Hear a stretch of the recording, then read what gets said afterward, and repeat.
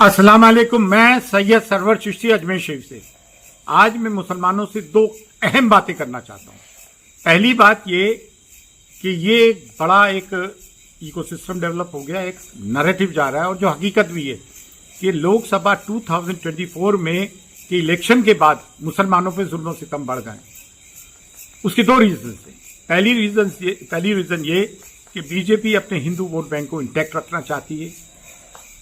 उनकी जो ख्वाहिश है उसको वो पूरा करना चाहती है कि पेट्रोल चाहे 500 रुपये लीटर हो जाए, लेकिन मियाँ भाइयों को ठीक करना है।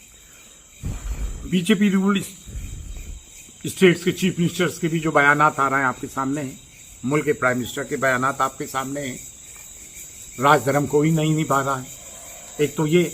दूसरा रीजन ये, बीजेपी ये समझती है कि मुस्लिम्स ने जो हमें वोट नहीं दिए, सेकुलर पार्टीज को दिए, उसकी वजह से हम एब्सोल्यूट मेजॉरिटी हासिल नहीं कर सके।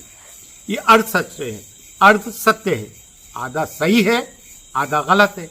आधा सही यूं है कि वाकई में ही मुसलमानों ने एक मुश्त होकर नॉन बीजेपी पॉलिटिकल पार्टीज के रिप्रेजेंटेटिव्स को वोट दिए। आधी बात यूं गलत है कि सिर्फ मुस्लिम वोट से ही बीजेपी नहीं आ रही है कि मुस्लिमों ने वोट नहीं दिए। कि जो देश की परंपरा में, सेकुलरिज्म में, यहाँ की गंगा जमनी तहजीब में, यहाँ की डाइवर्सिटी में यकीन रखते हैं और उनको ये महसूस हुआ कि देश में बेरोजगारी हुई है, महंगाई बढ़ी है, उन्होंने भी वोट नहीं दिया। तो ये दो रीजंस है जिसकी वजह से ये चीजें हो रही हैं। और वो पॉलिटिकल पार्टीज जो नॉन बीजेपी पॉलिटिकल पार्टीज हैं, उनके लीडरान मुसलमानों का नाम लेते हुए खौफजदा है। अब हमारी बेचारी वो मोहब्बत की दुकान राहुल गांधी दूर दूर तक कहीं नजर नहीं आ रहा है। मुलायम सिंह यादव के साहबजादे वो कहीं नजर नहीं आ रहा है। अच्छा, इसमें जो मुस्लिम मेंबर ऑफ पार्लियामेंट इन पॉलिटिकल पार्टी के वो उनसे सवाल खड़ा नहीं कर रहे हैं कि मियां आप लोग हैं कहाँ? हमने आपको वोट इसलिए दिलवाए थे, या हम मुस्लिम वोट पे एमपी यूं बन गए हैं। तो मुसलमान इनसे सवाल जवाब तो करें। सोशल मीडिया से तो कर रहे हैं और हम आपके खिलाफ भी हैं। तो भाई इन 24 एमपी की जगह तो कोई अपना लीडर ऐसा चुन लो, उसके साथ हो जाओ, चाहे 5 मेंबर ऑफ पार्लियामेंट आए। ये क्या बात है?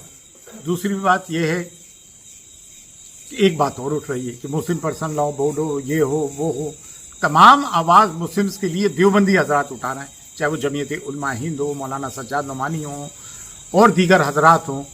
और वली रहमानी के साहबजादगान ने मुंगेर में अभी जीपीसी के मामले को लेकर एंटी वक्फ अमेंडमेंट बिल के खिलाफ एक बहुत बड़ा जमे खफी लोगों को जमा किया। ये लोग फाल हैं,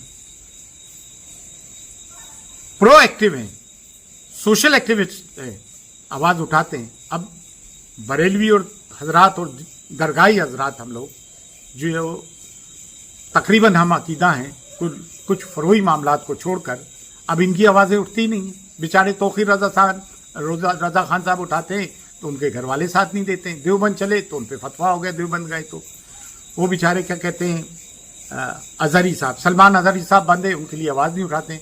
इन्हें इन 4 चीजों तो फुर्सत मिले ना फतवे लगाने से, किसी को काफिर, किसी को सुले कुल्ली, किसी को रावजी, किसी को गुमराह कहने से फुर्सत नहीं, आपस में फतवे लगाने से। दरगाह के लोग हैं, दरगाह और खानकाहों के सूफी नाम से जितनी तंजीमें बनी है, सज्जादगान के नाम पे, फला नाम पे, डिमगाने के नाम पे, मशाइख नाम पे, वो हुकूमत की चापलूसी में लगे हुए या खामोश हैं। हालांकि हमारा बड़ा मसक्की इख्तिलाफ है देवबंदियों से अकायद को लेकर, लेकिन जो हक है वो तो बोलना पड़ेगा। कॉल स्पेड है स्पेड। आज मुसलमानों के लिए सदा तो यही बुलंद कर रहा है, चाहे मुसलमानों को रॉयड्स की बात, रिहेबिलिटेट करने की बात हो, जो बच्चे हमारे पकड़े गए उनको कोर्ट कचहरी से छुड़ाने की बात हो, जो जमीयत उलमा हिंदी पेश है। हाँ, जमात इस्लामी की आवाज़ सुनाई कमी पड़ रही है, लेकिन बोलना तो पड़ेगा। ये लोग तो काम कर रहे हैं। हालांकि खाजगानी चिश्त के 2 दस्तूरुल अमल हैं। एक तो एक हुकूमत की मुलाजमत नहीं करोगे और हुकूमत की चापलूसी नहीं करोगे, और ये चापलूसी करते नजर आते हैं। और दूसरी ये कि कोई दारुल इफ्ता का मुफ्ती जो है चिश्ती नहीं होगा। तो ये इसलिए कि मुल्क में मसक़ी इख्तिलाफ पैदा ना हो, मुल्क की हमाहंगी और डाइवर्सिटी को अगर प्रमोट किया है तो चिश्ती, सूफी और दीगर जितने भी बुजुर्गाने दीन है वो किसी भी सलासिल के उन्होंने किया है।